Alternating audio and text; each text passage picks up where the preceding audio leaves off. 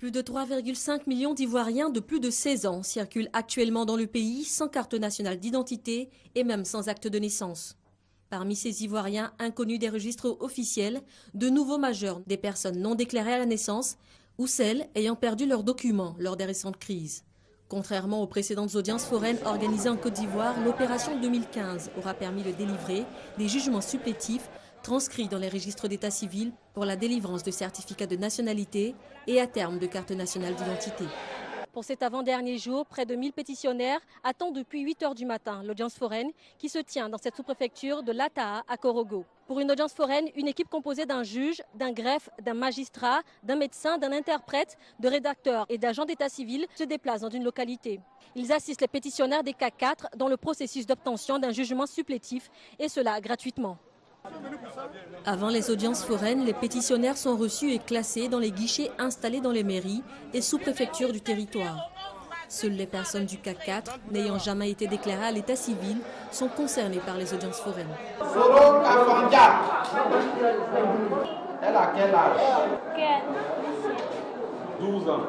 Près de 4,2 milliards de francs CFA et environ 1300 personnes mobilisées pour ces audiences foraines lancées en février 2015. L'organisation assurée par une équipe de coordination implique aussi 2 ministères, celui de l'Intérieur et celui de la Justice, à travers leur représentation sur le terrain. Chacun jouant un rôle défini pour éviter les fraudes et permettre à ces Ivoiriens d'obtenir une existence juridique. La finalité, c'est d'aller à la carte nationale d'identité. Mais pour avoir la carte nationale d'identité, il faut quand même un certain nombre de documents, notamment le certificat de nationalité. Mais pour avoir le certificat de nationalité, il faut également avoir des extraits d'acte de naissance. Et bien c'est à ce niveau que nous intervenons. Nous sommes dans le premier palier. Le sous-préfet qui est officier d'état civil ou bien le maire délivre le premier document qu'on appelle le certificat de non-inscription sur les registres de l'état civil. C'est au vu de ce document que le juge qui est censé lui donner ce document-là sait qu'effectivement cette personne n'a pas été déclarée à l'état civil. Les pétitionnaires qui viennent à nous viennent avec des témoins. Mais il y a aussi des moyens d'investigation du juge qui s'assure si effectivement l'individu qui se présente à lui est né dans la localité et n'a jamais été déclaré à l'état civil. Il y a certaines questions qui sont posées. Les questions, ce n'est pas des questions standards, mais c'est au cas par cas. S'il a été déclaré, la demande est rejetée. S'il n'a jamais été déclaré, la demande est accordée. Innovation importante, 800 agents itinérants ont été formés et déployés durant la seconde phase de l'opération. La cible des jeunes de plus de 16 ans et des nouveaux majeurs a été en partie atteinte grâce aux campagnes organisées dans des établissements scolaires et universités. Gratuité, proximité, sensibilisation ont été les piliers stratégiques de cette opération d'audience foraine 2015. On a mis des guichets dans toutes les sous-préfectures, c'est-à-dire rapprocher l'administration de la population, des requérants. Les gens qui se déplacent, ils vont jusqu'à, si vous voulez, dans les foyers des gens pour leur donner la possibilité d'avoir la pièce. C'est ce qui a fait qu'aujourd'hui, on a des milliers de personnes. Au terme de l'opération, près de 900 000 requêtes de documents administratifs de base ont été enregistrées. Korogo obtient le plus grand nombre de demandes avec Abidjan, Touba et Mans. 47% des demandes de documents administratifs de base portaient sur les certificats de nationalité, 42% sur les jugements supplétifs.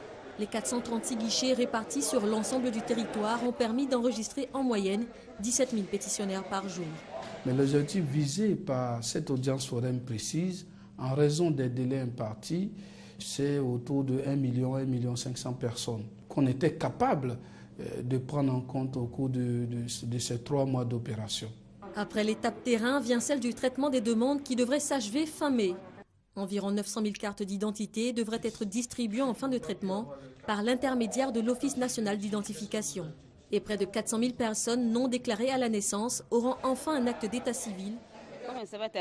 Elle a entendu quand l'opération a commencé, elle est venue chercher. Les papiers ont été brûlés tous et donc elle n'a aucune trace. Elle cherche ses papiers afin d'être à jour pour ne pas qu'un jour on l'arrête et puis on lui dit que tu es sans papier.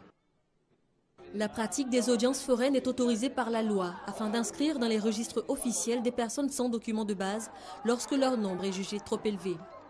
Mais la loi fait aussi obligation aux parents de déclarer la naissance d'un enfant dans un délai de 3 mois. Des milliers de parents ne respectent toujours pas cette obligation parce qu'ils n'en voient pas la nécessité, par simple négligence ou par contrainte géographique. Cette dernière raison est à la base de solutions novatrices en cours d'étude au ministère de l'Intérieur. Le ministère de l'Intérieur, avec des partenaires, est en train d'expérimenter la déclaration des faits d'état civil via le mobile, le téléphone mobile. Il faut mettre en place des mécanismes dans certaines institutions, comme les hôpitaux, comme les édifices religieux. Ce sont des solutions innovantes qui vont permettre de capter le maximum de faits. Malgré le succès de ces dernières audiences foraines, ce type d'opération à échelle nationale, très coûteuse pour l'État, doit rester exceptionnel. Seule la déclaration systématique des naissances pourra y contribuer et tarir le flot des inconnus à l'état civil.